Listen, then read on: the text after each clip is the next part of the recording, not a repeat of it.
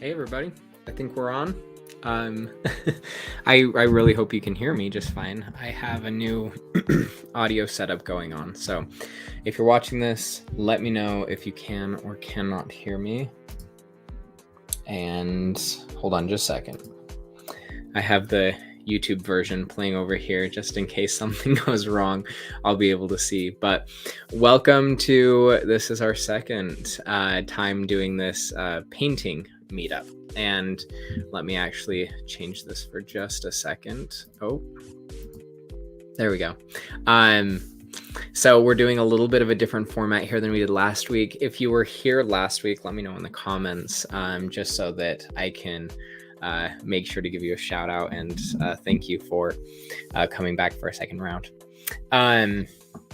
Today, we are looking at the finished product of Iron Man. I finished the painting. I don't know about all of you. For me,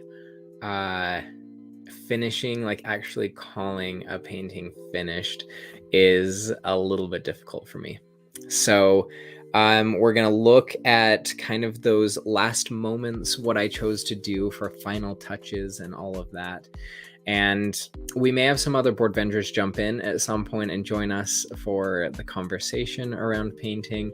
But mostly, we're just going to take a quick look. Today's probably going to be shorter than last week. I think last week we went for almost 2 hours. It was too much. So this one is definitely going to be shorter. So you can look forward to that. I pre-recorded the video of me painting Iron Man. Mostly so that we could take a look in a more timely manner at all the things I did, sped up some of the more boring parts and stuff like that. So we're going to wait just a little bit longer to see if people jump on. I do want to give a plug to the Army Painter. So they've supplied us with the majority of our assets in doing these paintings. So of course, the board game is mine, but they've supplied me with paints and brushes and a wet palette. So while all of this is sponsored by the Army Painter, I will try and give you an honest and fair opinion of their product and how it's been.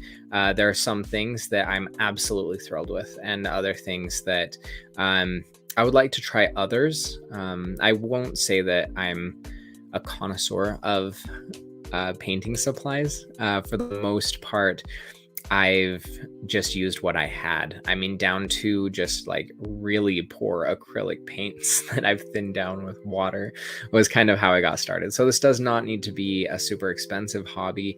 Although if I find few things more satisfying. Oh, I see a hair on my brim.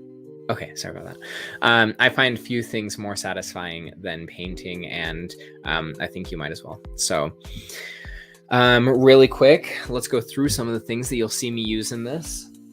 I guess we could do that during the video, but this is a wet palette. I can't turn it on its side because it has paints in it, because I've already started painting Hulk, and he looks so good. I'm so excited.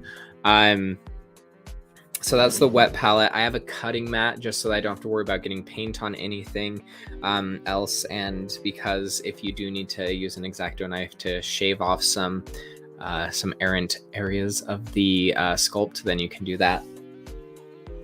And then for the most part, I'm just using their basic drop paints. So I have a master paint set. They look something like this.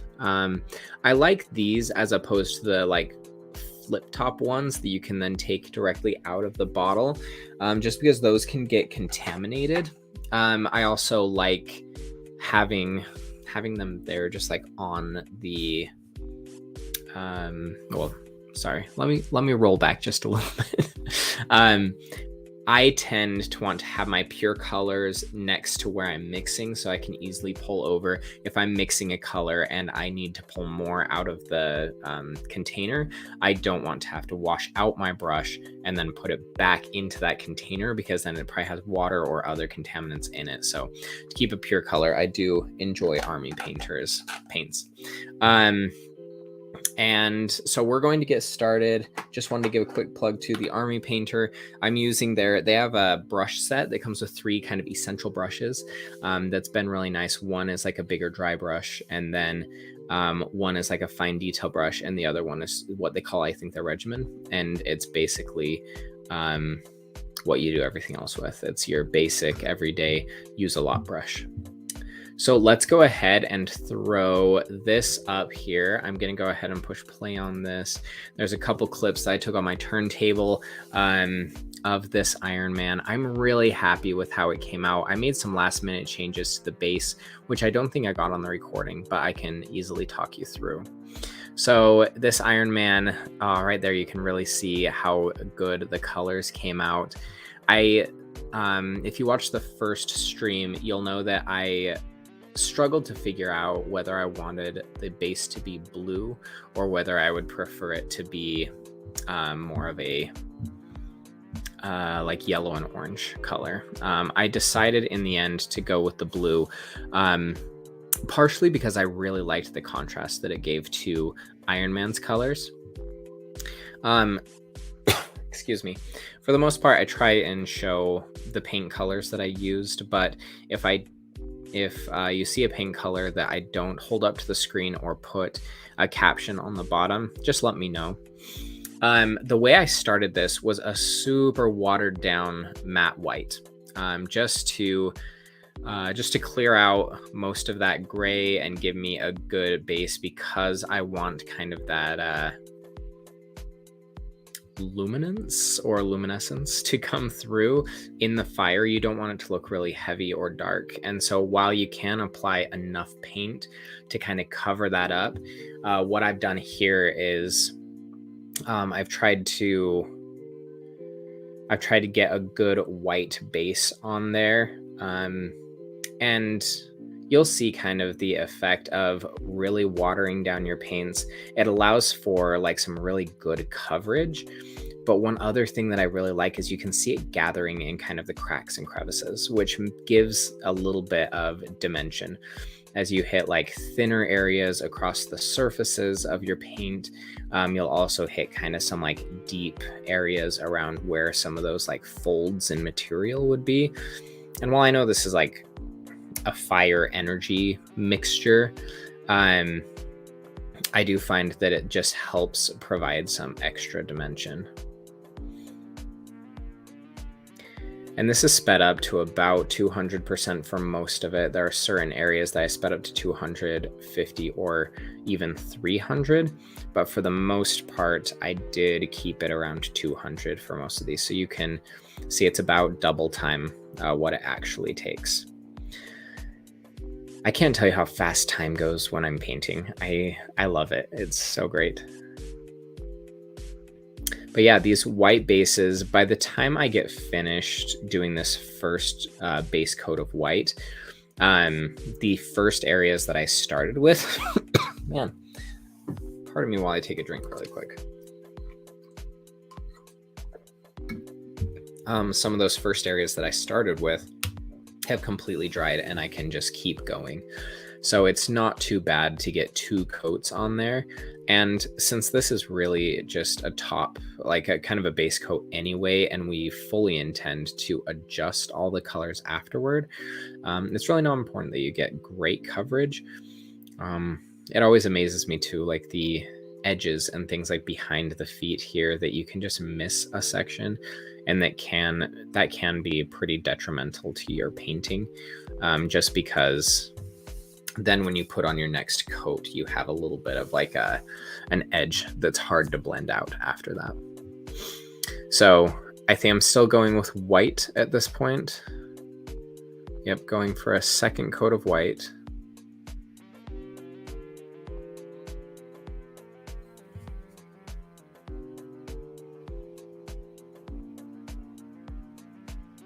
I'm not sure why I didn't speed up this part of the clip. Maybe I wanted you to see a little bit of the real pace at which I go. Some of these, like trying to go around. I really didn't want to have to repaint the foot at all, because most of those paints had dried up. And so I was anxious to just move on to the base and only do the base. So with having the whites and the blues out for the base, it was also an opportunity to work on his chest beacon as well as his hand. I wish I knew the technical terms for these. So plasma blaster, something other. Anyway. So I do spend a little bit of time on those, trying to make sure everything's in focus for where I'm painting. But I think I'm feeling pretty good about this level of a base coat on there. I worked a little bit more on, okay, there's my void shield blue. Worked a little bit more on the beams coming directly out of his feet because those will remain white, maybe with a little bit of blue. While the base is still a little bit wet even from the white, I apply some of this void shield blue. And it came out a lot lighter than I expected. And that could be in part because I still think I had a little bit of white left on there that was a little bit wet. But you do want to do this wet blending if you're looking for any kind of like gradient or like a... I included way too many of those subscribe now banners. I'm sorry, and I'll fix that later. We do want you to subscribe. We actually hit 300 subscribers like minutes before I went live. So that's a very exciting thing. And thank you for all of you who are subscribed. It really helps us. It's a huge metric when we are going to obtain commissions from companies or be sponsored for things like that. So the more subscribers, the better we can provide awesome content. So while it's free for you, it actually has like very real effects for us. So you can see I kept I covered most of the white with this void shield blue, and except for those beams coming directly out of the feet. And then I'm going to apply a dark blue, or I think it was called deep blue, just to some of these edges. And I'm trying to work quickly at this point to keep some of that wet blending. I do not want hard lines or edges on this because as it gets farther away, it is going to increase the depth of color. Generally, the lighter something is, the hotter something is. So I do want those hot spots by his feet and directly under him. And as it goes out, I want it to lose some of that. So you'll see me kind of patting it. I don't do like clear brush strokes. It's more of a dabbing it on in order to get a better blend. It also really helps that this base has a lot of texture. Texture in the model hides flaws in the painting. So you can be pretty rough when there's a lot of texture because that's going to grab your eye more than any variance in the actual like paint job. But I did go over this several times and just kind of feathering it down. I wanted some of these edges to be like very blue. So I do kind of wait for it to dry at one point, I think, and come back over with that deep blue so that it covers 100% and so that we're not getting any contamination from the void shield blue or the matte white. And you'll see like there's this pushing and pulling that happens where I'll go in and I add a little bit more void shield and pull it up toward the deep blue, and then I'll have some deep blue and push it down into the void shield blue. And even like I think here at the end, I grab a little bit of white and I pull it like right next to those beams that are coming out of the feet. I pull it up just a little bit, but right there you can see where I think I went too far with the void shield blue and I covered up a lot of my good deep blue. So I'm going in and reapplying it. And it's kind of this constant like push and pull. If you're working with really thinned down paints, then you don't need to worry about them clumping up and being kind of goopy. They go on in really thin layers, and what you end up with is a really nice smooth model or a paint job that's accurate to the model details underneath. One of the things that I do get asked a lot is what primer I use. I'm currently testing out a lot of different primers. Army Painter has a primer. They have colored primers, which is cool. If you're doing a full army or something, and a lot of them that have a similar color, get a color primer. It is so worth it.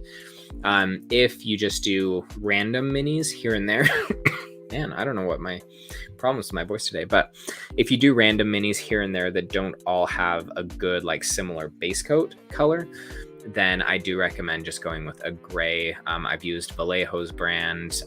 There's a Tamiya, I think is the one that I used on this one. Basically, my only recommendation there is most primers are actually meant to be high fill primers, which means that they go into the cracks and they cover up cracks and details. So beware when you're getting a primer. I do strongly recommend that you get one that is specific to hobby primers, that mentions specifically a low viscosity or something that preserves detail. Anything that says hobby on it is probably going to be great. Here I'm bringing up a little bit of that Void Shield blue into those beams on his out of his feet. And then I think I bring the white back in and bring it down just a little bit, because I think I went maybe a little bit too high with that Void Shield blue. Well, I went all the way to the top. It's just really, really thinned down. So I do have the rest of the Marvel United characters to paint. I've already started Hulk, which I teased already. Well, I guess I haven't teased images. I've just teased that I am doing Hulk. If you have a preference on what to do next, feel free to let me know in the comments, and I will respect that, because I'm planning on getting through all of them. I believe the reason why I went Iron Man then Hulk is I'm kind of going in a mixture of preference as well as, man, another hair on the brim of my hat. I have a little girl that has the finest like blonde white hair that just, it's so fine that it just gets everywhere. Anyway, so this is where I start into his chest plate. And you can see I just wanted to look like there's a little bit of light coming off of that. So I go in and I apply just as lightly as I can some white. The trick here is you can't use it really watered down here, otherwise it'll run into the cracks and remove that deep definition that we got from the wash in the first video. So your paint has to be relatively dry, which gives you a couple problems. It'll go on really vibrantly, which is actually fine for this, because we do want to hit like a really hard highlight on that edge. You can see I kind of brush it with my finger to make sure it only gets on the edge, and to kind of tone it down after, kind of feather it to make it look a little bit more random, because, you know, light scatters pretty unpredictably. But I went back and forth doing that little bit and then wiping it off with my finger and feathering and then going back and doing it again. Once I had those hot edge highlights, I got it watered down a little bit more. You can see right here. And then I went over onto the chest plate. And I'm doing the same thing. I'm applying some, and then I'm trying to get rid of that defined edge that the brush gives by kind of feathering it with my finger just a little bit. Lighting effects are really hard to do in painting, so don't feel bad if you feel intimidated by them or if it's something that is just beyond what you want to try. I went in with just some water after I had put it on, just to thin it out a little bit. And beware with lighting effects, you won't really know what it looks like until you've let it completely dry. So I'm also doing a little bit on his fingers. You can tell it's going on pretty thick there, but I'm planning on grabbing a little bit of water and just running it over it to kind of water it down a little bit. And then I get a little bit of watered down white, and I go around his hand. And yeah, so here comes just the water where I'm trying to just like thin it out and tone down some of the like really bright whites that I've got going on there. Then this is going in with a little bit of that Void Shield blue and giving just a little bit of blue to these white areas, because, you know, that's the reactor in his chest does have a little bit of blue in it. While I have this blue, I'm giving a touch up to the eyes. The eyes are the most stressful part of any mini for me. I do not enjoy it. So I right now have Hulk. Here, I can actually show you. So we can actually pause this video. We can go big here. So this is where I am with Hulk. I know it's not the best video, so you won't really be able to see, but I've loved like the plum color that's come out in his shorts.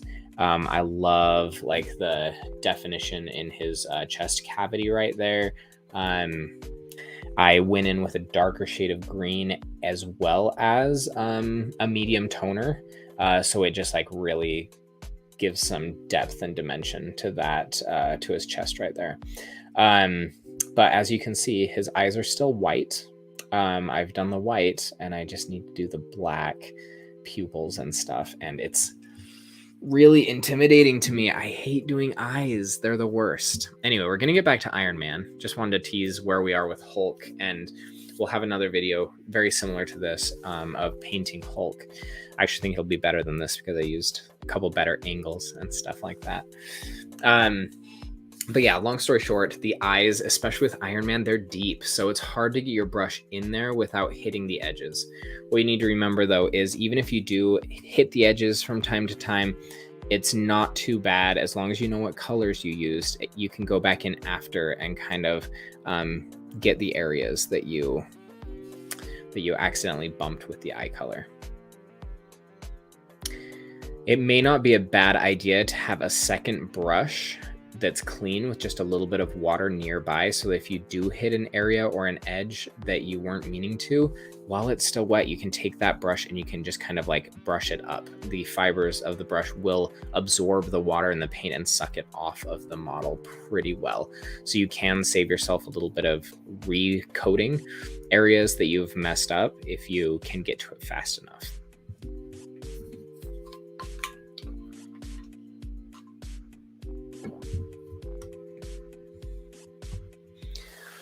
So while I have out the whites and the Void Shield blue, I'm touching up some of these areas in the eye and the chest and the hand because I'm letting the base dry a little bit so I can see exactly where we're at with it.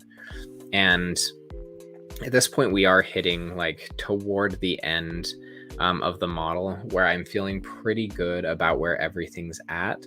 I just want to do a couple final details, do kind of a final assessment of where we're at with it.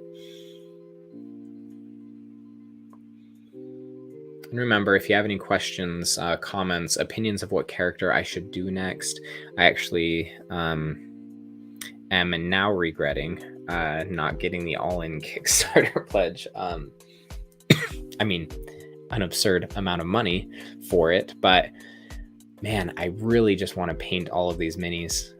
In other news, I finished Moon Knight last night, finally watched the last episode. I know I'm like a week late. It was epic. It was fantastic. If you're watching and you watched Moon Knight, the second to last episode, I was really skeptical. It was just all over the place and confusing. They really brought it to a good place in the last episode, obviously leaving some big questions for future seasons, but holy cow, Moon Knight might be one of my favorite Marvel productions in the last little while. It was excellent. I can't say enough good about it. So I'm actually anxious to try and get my hands on the Marvel United Moon Knight mini because I honestly think it would be a sick paint job. One, because it would be so easy. You really just cover it with like a cream or like a bone color, and then you could do a wash over it. Just really pull out the texture in like the mummy wraps and stuff that he has going on. And I just think it would be a really satisfying one. And then the white, like whitish blue glowing eyes. There'd be so much good to it. So anyway, after doing all that obnoxious, you can see now I have my dry brush out. If you've never dry brushed before, basically it's a very dry, it's a larger brush that you get some paint on, and then you should have like a little, like a piece of tissue paper or a paper towel that you can kind of brush off the majority of the paint until you just have a little. And then what you're going to do is you're going to lightly brush it across the surface so that it doesn't hit any of the deep areas of your model, that it's just going to hit the tops. And I'm dry brushing white onto a lot of this base so that you have just to kind of force that illusion of depth so that you have a little bit of white on the surface, a little bit of darker in the cracks. And then I actually think I got a little bit of dry brushing, and I went on like the bottom of his arm in order to get a little bit of light coming up from underneath. I honestly think I regretted that after I did it. And so I think what I'm doing now, if I remember right, is I got some of my bright red, or true red, I think it's called, which is the highlight color that I have on Iron Man. And his base is dragon red. I do remember that one. And then I go through, and on some of the areas that are like toward the top, I'm reinforcing with just a little bit. Yeah, so you can see I'm going in and covering up some of the white dry brushing that I done on his underarm because it just didn't look natural. You can see me painting my thumb a little bit. That's just to get the right consistency, make sure the paint is covering at the right rate that you want it to. You can see whether it needs to be a little bit darker or a little bit lighter or thinner to cover a little bit easier.